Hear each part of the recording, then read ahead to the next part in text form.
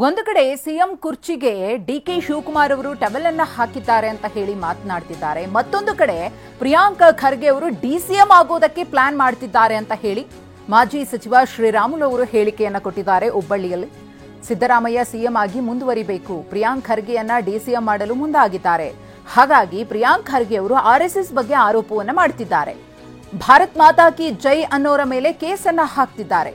ಪಾಕ್ ಜಿಂದಾಬಾದ್ ಅನ್ನೋರನ್ನ ರಾಜ್ಯಸಭಾ ಸದಸ್ಯ ಮಾಡ್ತಾರೆ ಅಂತ ಹೇಳಿ ಹುಬ್ಬಳ್ಳಿಯಲ್ಲಿ ಮಾಜಿ ಸಚಿವ ಶ್ರೀರಾಮುಲು ಅವರು ಕಿಡಿಕಾರಿದ್ದಾರೆ. ಇವತ್ತು ಅವ್ರಿಗೆ ಅಡ್ಮಿನಿಸ್ಟ್ರೇಷನ್ ಮಾಡೋಕ್ಕಾಗ್ತಿಲ್ಲ, ಅವ್ರ ಇಲಾಖೆಯಲ್ಲಿ ಅವ್ರು ಕೆಲಸ ಮಾಡೋಕ್ಕಾಗ್ತಿಲ್ಲ.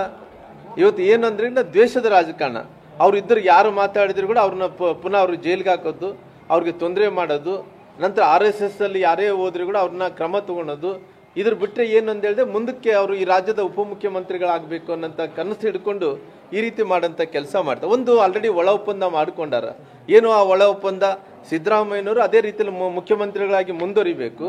ಅಲ್ಲಿ ಹೈಕಮಾಂಡಲ್ಲಿ ಮಲ್ಲಿಕಾರ್ಜುನ ಖರ್ಗೆ ಅವರು ACC ಅಧ್ಯಕ್ಷರು ಏನು ತೀರ್ಮಾನ ತೊಗೊಂಡಿದ್ದಾರೋ ಅವ್ರನ್ನ ಮುಖ್ಯಮಂತ್ರಿಗಳಾಗಿ ಮುಂದುವರಿಸಬೇಕು.